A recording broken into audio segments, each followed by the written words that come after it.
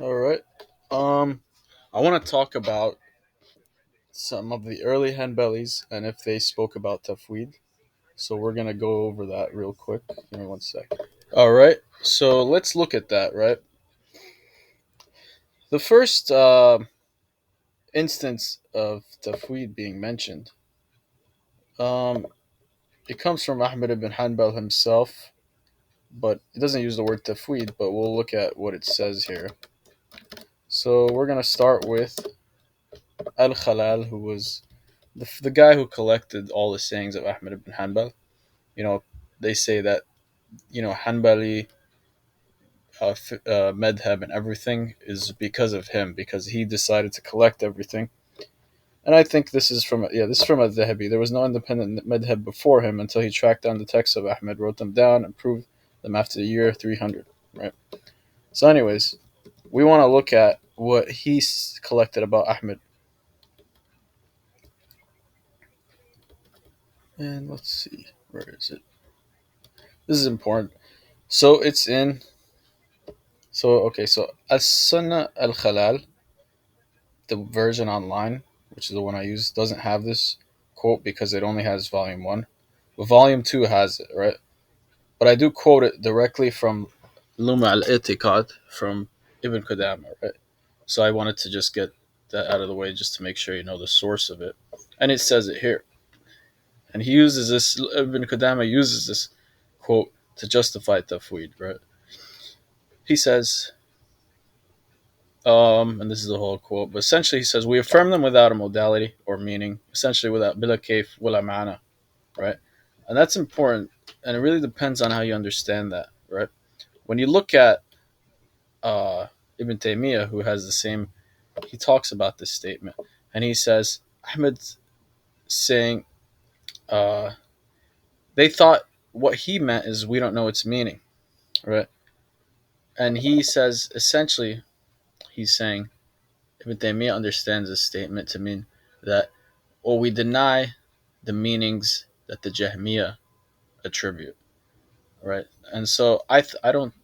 My argument is that he says bila kayf wala mana, right? And I don't know what kayf he's talking about in this context, Ibn Taymiyyah, because I don't know what Jahmiyyah talk about the kayf, right? So he didn't specify. He didn't say bila ta'wil, which is what they people typically when they talked about the Jahmiyyah, I believe they called it ta'wil, their understanding of it, right? So when you say bila mana, um, we can't really link that word, that concept. There's no one else who said bila mana, and their intention was to deny the meaning of the Jahmiyyah. So this is Ibn Taymiyyah's understanding, and the Hanabilah, the Muffwadiah don't agree with that, right? And I just wanted to also say that this is in Al Khalal, right? And so I wanted to make sure you know that it is from Al Khalal, this quote, just in case you doubted that, right? And that was the first quote we have about Bila Kaif, sorry, Bila Mana, right? Any type of tafweed from a Hanbali, and it comes from Ahmed ibn Hanbal himself. I want to show you another one really quick. All right, so this is another thing that comes to Tabakat Hanabilah, volume 2, page 33. This is a book written by, I believe it was written by Qadi Abi Ya'la's son in like maybe 300 AH. And in that book is basically a lot of biographies of the Hanbalis. And he says in it, this is a quote, and I believe this is Ahmed ibn Hanbal talking to Abdullah, his son. It doesn't specify that. That's the only problem. But, oh, Abdullah, right? His son is Abdullah ibn Ahmed. If it's him, I can't conclude that. But let's say it is, right? Hypothetically, if it was, right? It says you have to believe, submit, tafweed, delegate, and be content with what is in the book. And so this doesn't talk about the attributes directly, but it does use the word tafweed, right? And this is kind of, if this is from Ahmed, if this is actually an authentic statement, this would be the first time we hear the word tafweed being used by Ahmed ibn Hanbal. It doesn't directly talk about the attributes, but we do find uh, we're going to look at that right now. All right, and we do find the word Tafweedh from Al-Barbahari. This is the first Creed book that I use the word Tafweedh directly, the actual word Tafweedh. So typically when we say bila ma'na or tafweed. Generally speaking, we kind of see it as the same thing. But let's look at what Al-Barbahari says. And he's the sheikh of the sect of his time, right? And this is his time period. I call him a third, sorry, I think I call him a second generation Hanbali, right? Because he came not after Ahmed ibn Hanbal's generation, but the one after that, right? Al-Khalal is from that same generation. And he says, let's find it. This is his statement on and this is from Sharh Sunnah, and it's also on Tabaqat Hanabilah, right? And they asked him about the hadiths of the attributes of the scent that God created in his image and all that. And he said, as for these hadiths, you should admit to it, trust, tafweed, right, delegated, and accept them. Do not explain anything of these, right? So typically the Muffwadiah say this is tafweed, right? Salafi say, oh, he means tafweed al-kayf. But it's clear here that he says, do not explain it either, right? Just leave it. Trust it, leave it. And that might not be the same exact thing as saying delegate the meaning, but it really is saying, look, just believe in it, move on from it, don't explore it, right? And I've shown you quotes from Ibn Taymiyyah and Ibn Uthaymeen where they explain many of these hadiths. They actually go into them and explain it, what it means, right? Even as far as to say that Ibn Uthaymeen and Ibn Taymiyyah have been quoted, this is from them, and I have it in a book, where they say, there has to be some degree of resemblance between Adam and Allah, right? That's what he says, right? If you want, I'll show you at the end of the video, just so you know I'm not making it up, right? And so that's obviously different from what he's saying here, right? I don't see how Salafis will defend anything, but it's pretty clear here that him saying tafweed, do not explain it, is very different from what Ibn Taymiyyah. I believe he explains, I think, almost all of these hadiths. If you walk to me, I will run to you. That is also explained by Ibn Uthaymeen, right? So they try to explain a lot of these hadiths, which the early Hanbali said not to explain it, not to go into it, right? And this is Ibn Taymiyyah's statement on tafweed. As for tafweed, it is known that Allah orders us to reflect over the Quran, right? We are turning away from its understanding. This is an argument Salafis often use. It's like, oh, you're supposed to try to understand it. And they're actually quoting him indirectly. The reality is, look, that's not what the Salaf said, right? Not just Al-Barbahari. There's a quote from Shahibani, who was a student of um, Abu Hanifa, and I have this in the book. Also a student of Imam Malik, right? Or I don't know if he was a student of Imam Malik, but he was a very early Maliki, right? And there's a lot of quotes that say don't explain these hadith, right? So when you explain it, you're going against the Salaf. Simple as that. And here's another quote from Barbahari where stop recent matters, not transcend beyond them with anything, right? Do not generate new speech that then not come from the Prophet, right? That is what explaining these hadiths is new speech that did not come from the Prophet, right? And I think he has one more statement about tafweed somewhere above. No, that's it. Now I want to keep going. Now we go to Ibn Battah. He's the third generation of Hanbalis. He was a student of Barbahari. And you see he has the same approach to the attributes. Now he collects a really important statement. And I kind of just mentioned it a minute ago, right? This was from Al-Awza'i. You guys should know who these guys are. They're all early fiqh scholars. The first madhabs, originated from some of these scholars. Malik, Al-Thawri, Al-Layth ibn Sa'd. These are the Salaf. And it says about the attributes, the hadiths of the attributes, pass it by as it came without explanation. Right? Do not explain it, just pass it by. Right? And I do try to prove that pass it by means to just pass it by, meaning move away from it. That's what I try to prove linguistically here. You don't have to read all that. But Ibn Battah's understanding of that quote is proven in the same book that he wrote here.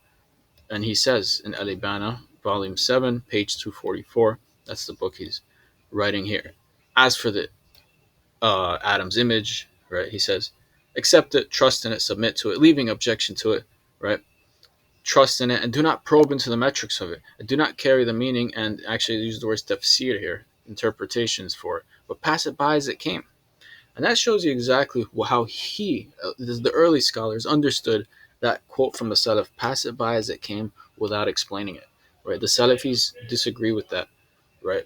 They they always say, oh, they meant don't explain it in this way, or pass over it, or take it on. They'll mistranslate it. I've proven that in other parts of my book where they mistranslate that quote from the Salaf, which says "pass it by." They usually say something along the lines of "take them as they are." You know, so it's obvious they don't agree with the Salaf in that quote. But if you look at one of the earliest people to explain that quote from the Salaf, right, even though he's not directly writing this under that quote from the Salaf, it's clear that he's using that quote to, in a sense, applying it to this particular hadith, the image of Adam. And he says here, right, accept it, trust in it, submit to it, meaning we believe in the hadith, we believe it's authentic. But do not probe into the metrics of it, and not to carry the meaning and interpretation and explanations for it, right? Tafsir, but pass it by as it came. It's not said about it why nor how. Believe in it and trust in it. We stop where it ended with us. This is Tafweedh, right?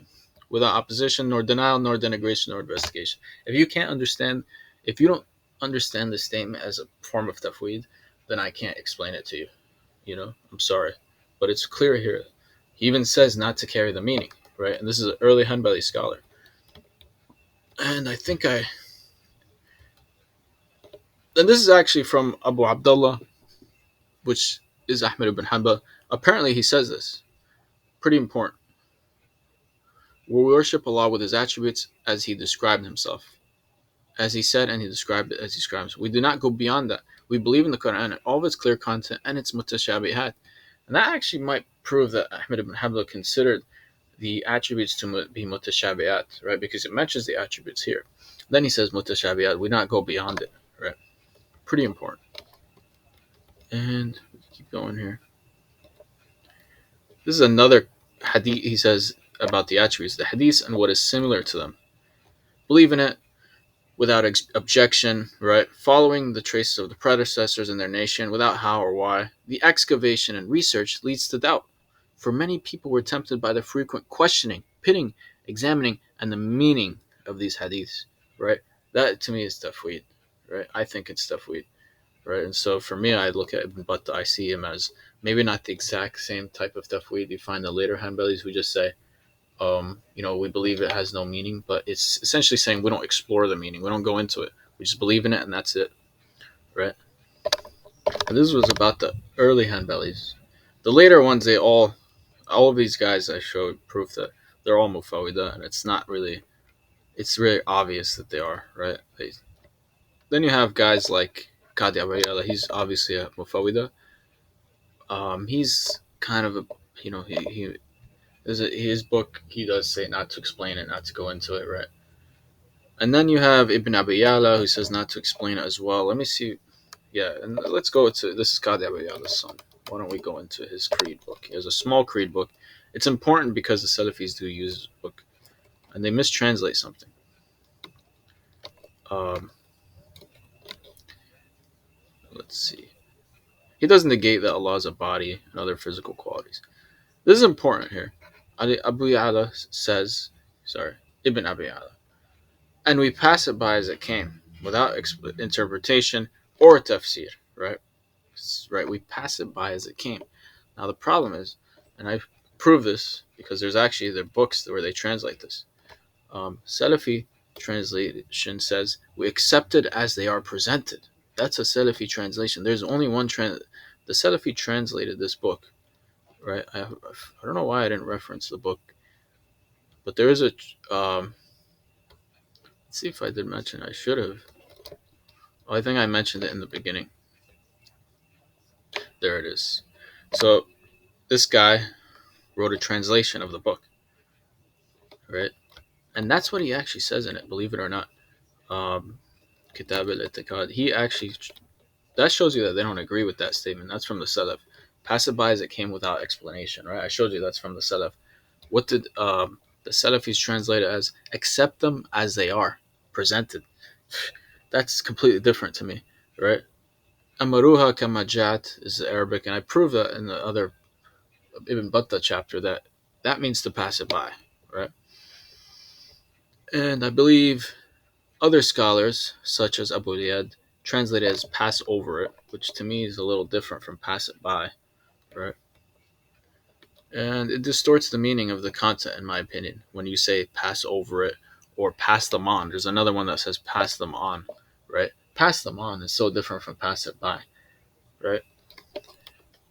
And I think, let's see if there's anything else worth showing you. These scholars, the first generation of Hanbali creed books, they don't write anything in it.